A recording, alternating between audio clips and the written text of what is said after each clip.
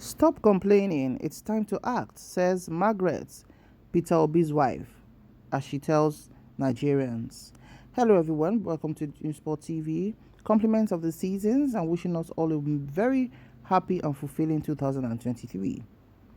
The wife of the presidential candidate of the Labour Party, Mrs. Margaret Peter Obi, has said it's time for Nigerians to stop complaining and take advantage of the golden opportunity provided by 2023 general elections to vote in patriotic leaders who have the capacity to salvage it from collapse.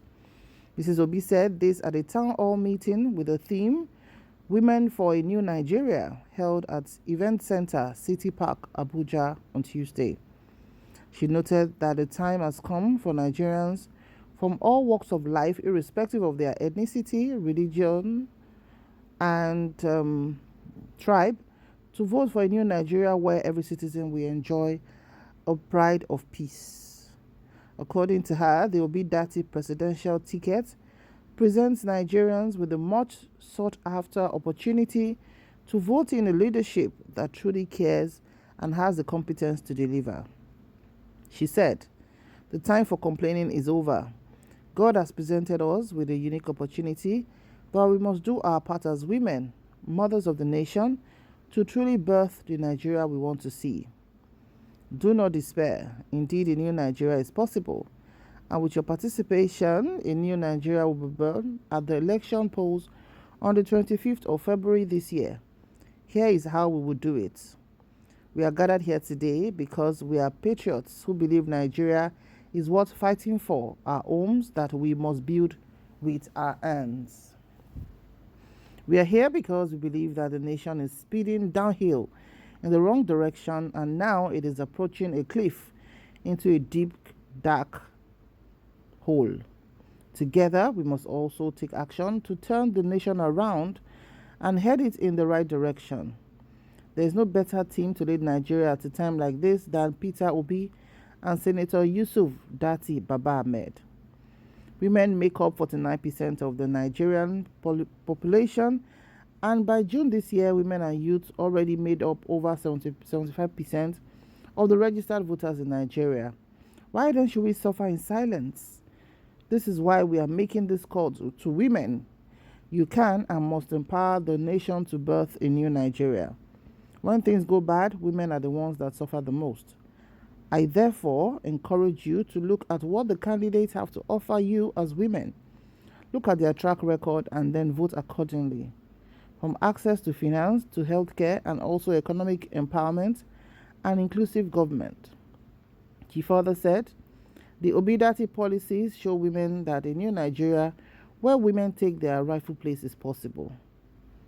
In finance, even though it is women that are the primary caregivers in Nigeria, many women, from petty trading to farming to small businesses to increasingly aspiring to bigger corporations, hustle to ensure their families are well catered for. It is no secret that women suffer disproportionately from lack of access to finance. There's a lack of access to credit in the formal sector to 98% of women, yet when you compare those that borrow money with their male counterparts, they perform better. Men have a higher default rate. The Datti pact with women is that they will ensure increased access to finance for women. We know that more money in the hands of women equates to a better life for our children. We are the ones that are raising the leaders of tomorrow. And this is why we must step out and vote for Datti ticket and vote for the Labour Party. In human capital development, many women have been rendered as economic consumers because none has invested in developing their skills to enable them to be economically productive. The Datti government has promised to invest in skills training in various fields to ensure that women have the opportunity to participate as active members of the labor workforce. These skills will increase the earning potential of women, especially those in the rural areas, and afford them the dignity to make money for themselves, thus reducing the chances of those women being helpless victims in abusive relationships. She noted that women are disproportionately affected by inadequate healthcare in Nigeria. To address this challenge, she said, under the new Nigeria, under the Datti administration, there will be an increase in national health insurance to ensure that 133 million of the poorest Nigerians are covered, including pregnant women and people living with disabilities. She equally said, with the Nigerian population made up of over 49% women, women have a higher literacy rate with between 60% to 70% literacy rate among females. Yet it is so disheartening to see that only 6% of the legislature is female. What happens when half of the population and more than half of the population are not in the halls where decisions that affect their lives are made?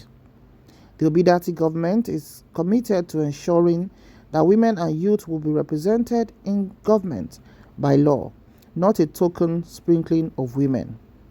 Mrs. Obi appealed to our audience, who were mostly women, to enlist their friends, relatives, and co-workers and tell them that a new Nigeria is possible, and get a commitment from them to come out to vote for Datti and the Labour Party on election day. So it's not a new occurrence for a wife to canvass for her husband for election.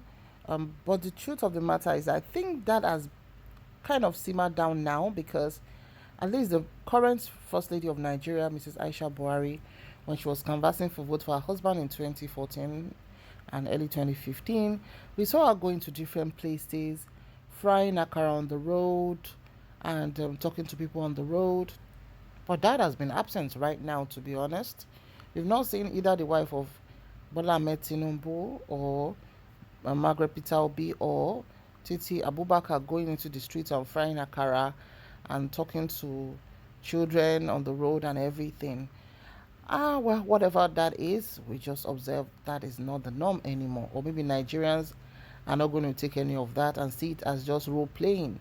So let's wait and see who the next First Lady of Nigeria will be. Aisha Buhari has spent 8 straight years there as the First Lady. And her last public interview, she said, well, that kind of apologizing for her husband's administration, that they've done their best, but apparently their best is not enough, that the level of expectations were very high. And we're like, okay, thank you for giving yourself a scorecard. Let's move in. Like we said, in local palace in Nigeria, we move. So who is going to be our next First Lady? Nobody can tell till after election. Thank you very much for watching. Remember to like, share, subscribe. And to our new subscribers, thank you for joining us. We'd like to have you here always. See you in the next video. Please stay safe out there. And like I always say, may God bless Nigeria. Bye for now.